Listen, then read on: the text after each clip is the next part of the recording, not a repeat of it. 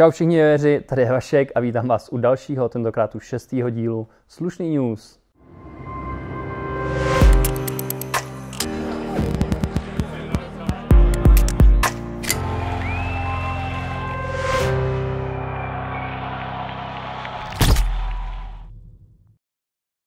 Mrkneme se na joja, který nám tenhle týden přišli do shopu. A že jich teda je. Tak, jako první tady máme jojo, kterýho jste si určitě všimli na Instagramu a to je Vapor Motion. Tohle jojo se dá u nás v shopu kopnout 1799. Je to kolabo mezi Magic Jojo a C3 Jojo Design. Vznikla na to úplně nová krabička. No a mrkneme se na něj. Je vidět, že to je kombinace plastového těla a vlastně kovového zátěžáku, který kryje i celý bok, ve kterém je tenhle výrazný fingerspin hub. To jde super, má fakt dobrý feel na stringu, jede fakt hodně přesně, neklepe se vevnitř grooved konkávní ložisko. Tak a jdeme na další, to máme Jojo Metal Skiva, nebo Skiva, jak chcete. Skivu možná znáte, je to celokovový jojo, který má z Delrinu udělaný tenhle plastový vnitřek a zase je tady fingerspin hub, center track ložisko, úzký pedy, beat blasted povrch. První barva je takováhle tmavě khaki zelená, druhá podzimní oranžová za 1449, všestranný dobrý jojo, s kterým si rozhodně dobře zafingerspinujete. No a mrkneme se na poslední, který tady máme a tím je Mojo od čínské firmy Topio. Takže je to plastový jojo, uvnitř je center track a opět tu vidíme fingerspin hub. Je to jojo za 300 padé, což je fakt dobrá cena a za tuhle cenu to umí fakt docela dost. Jede dobře, za mě fajn. Jak jste si všimli, tak všechny dnešní joja mají fingerspin hub a my si je tady všechny otestujeme. Uvidíme, který z nich grinduje nejlíp.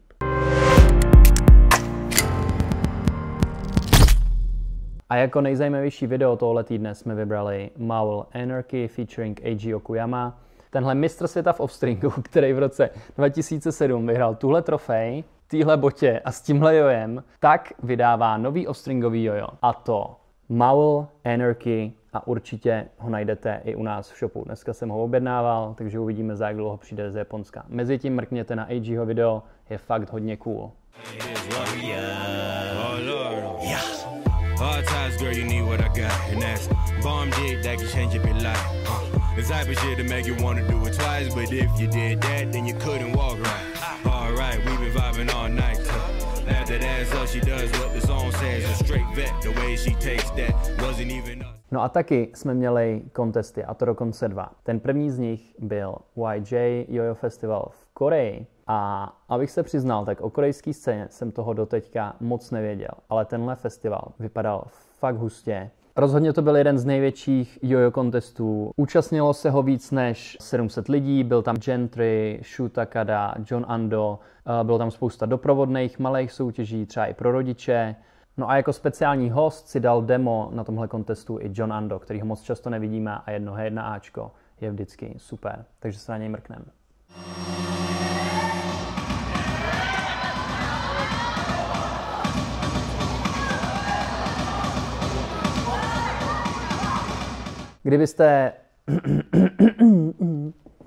Kdybyste Johnovo video chtěli vidět celý, tak mrkněte pod video, najdete tam link s odkazem na celé jeho freestyle. Tím druhým kontestem bylo Japan Jojo Open, který se konalo v Tokiu. Tuhle soutěž měli na svědomí Kengo Kido z Jojo Recreationu, Takaha Segawa ze Spingiru a Hiroyuki Suzuki ze Something nebo z Jojo Addictu. Měli maličko upravený pravidla, například tam nebyly vůbec major deductiony, mohlo se soutěžit jenom Suyama od sponzorů, což za mě dává docela smysl. Perfo neboli evaluace byly stažený z 8 kategorií jenom na 3, a to na cleanliness, choreografii a overall presentation. A další zajímavostí bylo elektronické klikání, to znamená, že potom na videu nebo na livestreamu bylo vidět, jak tomu jojerovi přibývají technické body přímo live v průběhu jeho freestylu. Jsem hrozně rád, že někdo zkouší s tímhle něco dělat, že tyhle 3 týpci se nebáli vyzkoušet nový systém, nové věci, i když by třeba mohly být špatně, ale že do toho jdou a zkoušejí jojování jako sport vylepšit a udělat zajímavější, zábavnější, napínavější, cokoliv. Takže za mě rozhodně palce nahoru, díky moc. V 1A vyhrál Yamato Murata s jeho klasickým, rychlým a precizním freestylem. Za zmínku rozhodně stojí freestyle Takeshiho Matsuri, kterýho zase tak často nevidíme. Jel překvapivě s jojem, který je hodně oversized, je to chameleon od Turning Pointu a přesto s ním naložil všechny svoje technicky náročné triky. Hodně dobrý byl taky Hajime Miura, který vyhrál bezkonkurenčně 3Ačko. No a ve 4Ačku byl Hajime třetí, ukázal, že se fakt hodně zlepšil v solo hemu, úplně dokonalá kontrola. No a kdo ví, třeba to letos zkusí na mistra světa v Šangaji. No a nesmíme zapomenout na vyhlášení soutěže, kterou jsme měli minule. Učili jste se Malíkův trik Collision, na Instagram jste ho natáčeli pod hashtagem Slušný news Collision.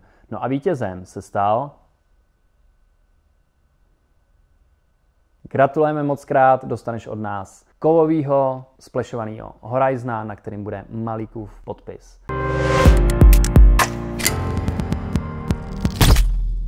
Tak a teď je čas na našeho hosta, jak jsme slibovali, bude ze zahraničí, takže titulky přepneme do češtiny, já se přepnu do angličtiny. And today's guest is Paulo Bueno.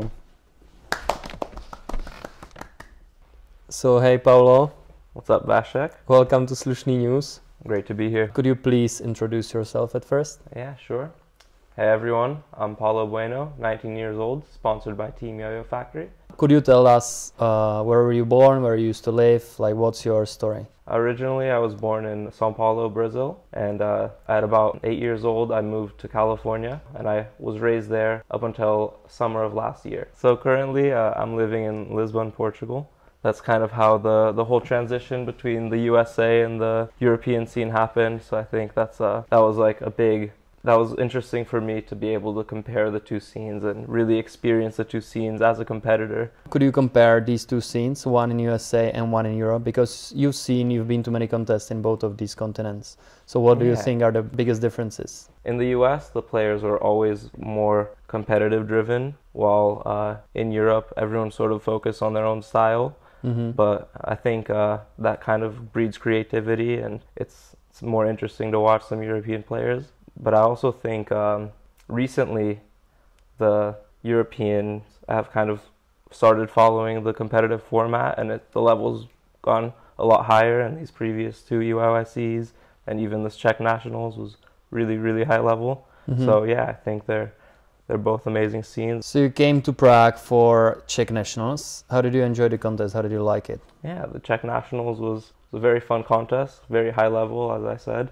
And the contest was fantastic. I thought the venue was great, and yeah, it was like a small UIYC. Very nice contest. A couple episodes back, we talked about Paulista, which is actually Paulo's signature by Yo-Yo Factory. Could you explain the name a little bit? And could you tell us more about the design and how the whole thing was created? Yeah, absolutely. So I'll start with the name. Paulista is actually a word for someone who's from the city of São Paulo, and I was born there, so it all kind of made sense to call the Yo-Yo that. And the Paulista is actually spelled with a U, but my name is the Italian spelling with an O, so it makes it more personal spelling with Paulista as opposed to Paulista. And yeah, it also kind of sounds like, Yuxta. Mm-hmm. There was a Yuxta, which is Yuki's name, and Sta. Yeah.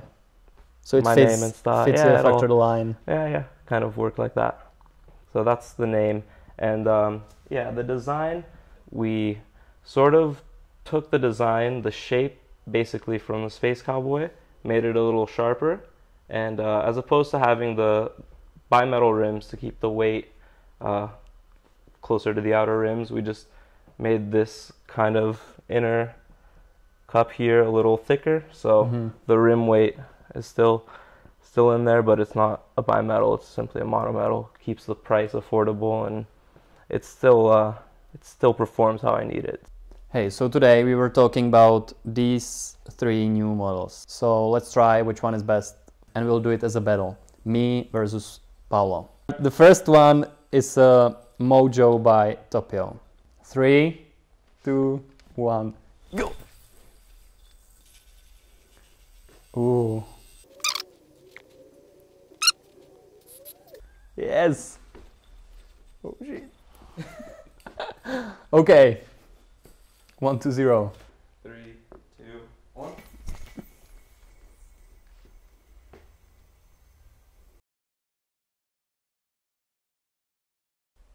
I can't hit up mine anymore anyways. Alright, so the finger spin battle is 1 to 1. I won with Mojo, and then Paulo beated me with with a vapor motion. Now we have a last one, which is a metal Skyva. So let's do it.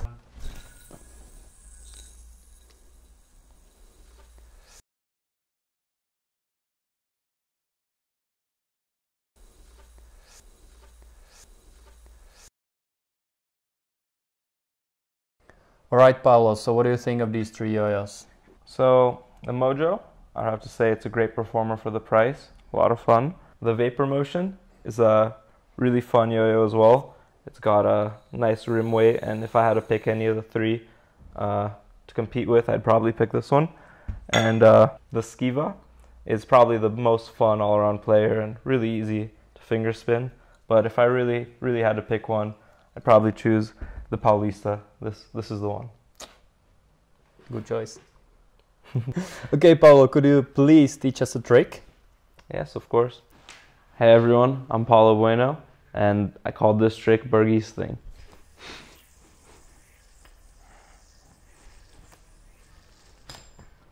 So we start with trapeze. Do a wrist whip. Use your pinky and your pointer finger to grab these 2 strings and form this loop.